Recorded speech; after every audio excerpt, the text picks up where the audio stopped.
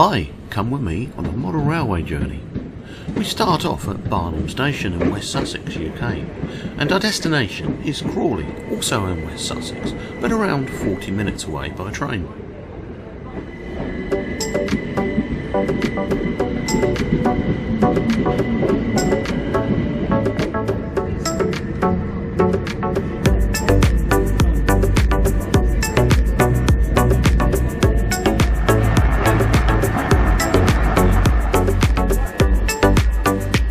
I'm here to see my good friend Pat, a retired professional railwayman with a wealth of knowledge.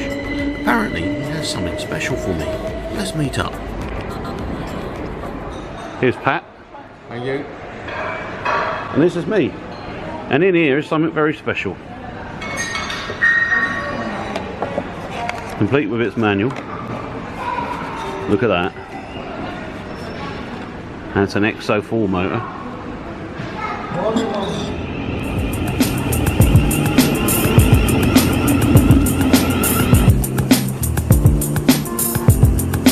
After a nice catch up, I was heading for home with the little red engine. Did I have another look?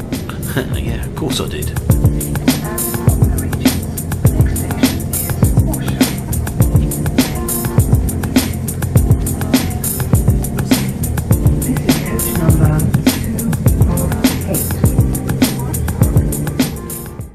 So what we have here is R455, one of Hornby's Polly, Nelly or Connie type locos, but with a Lord of the Isles shiny dome and plated wheels.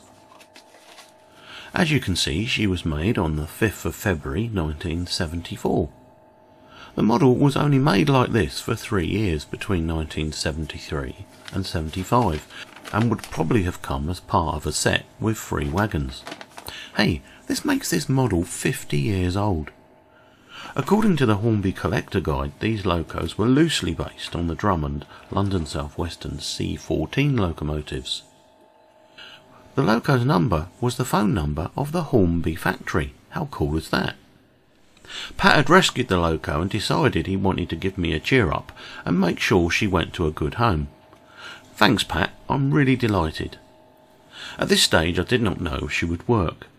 It looked like she'd been stalled for 40 years maybe. Certainly her wheels showed signs of lots of running, which is great as it shows she must have been a Christmas or birthday present way back in 1974. The box and manual are perfect, but there are lots of dust within the loco body. There was also a few cosmetic marks on the body as well. So let's get her open and see what we've got. I decided to add my voiceover later so that I could fully concentrate on what I was doing. As it turned out, that was a good idea. As you can see, we have the standard XO4 motor. These models were also fitted with another type at some stage. Lots of dust to remove. Amazingly, the magnet was super strong, so I would not need to recharge that. Here, inside the body, we have Built in Britain. What a sweet little thing she is. Once I'd stripped the motor down a bit, I turned my attention to the chassis of the loco. All seemed well, until I noticed the drive gear was loose on the front axle. Worse was to come as I discovered the gear was split. Oh no! Despite checking my extensive spares, I could not find a gear of the right size. One thing was for sure, it would not run like this. I started looking online, but so far I've not found a replacement. I did get told the correct part number via RMWeb, and that is S8042. I needed to strip the loco down, removing the coupling rods and one of the insulated wheels. Did this by gently easing a flat-bladed screwdriver behind it.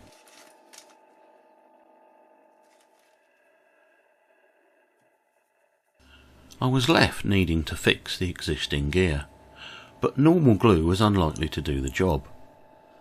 So I roughened the channel in the gear on both sides and placed it gently in my vise, tightening it up just enough to close the split. I then set about using my super advanced superglue formula. Initially add a smear of superglue to the area to be fixed. Then take some bicarbonate of soda and sprinkle this on top of the glue well before it dries. Pack the powder in well. Now start carefully dropping more superglue on top of the powder so it covers, soaks in and fills the area to be fixed. I then add more bicarb to form a layer over the crack and filling the channel of the gear. Remove any excess, making sure to keep the teeth clear. After 30 minutes, flip the gear over and do the same thing on the other side. After an hour, inspect the gear. Now a word of warning. This super advanced superglue formula is so strong that there are rumours around that Superman once fixed his thong with it. Check carefully that in closing the gap you have not created a high spot on the gear. If you have, use some fine wet and dry to take it back down. Inspect the teeth to make sure that they are even and clear. I also cleared out the mounting hole in the gear a little so that it was not such a tight fit on the axle. Once I'd made sure the gear was running smooth, I added a tiny bit of superglue on the axle and slid the gear into place. Testing then started. I tested the suppressor capacitor. It's rated at 5N and measured as 4.63N, so even that was fine after all those years. After a full lubrication, it was down to the layout for a proper test, along with some wagons I recently fitted coal loads to. You can see that happening in the next video.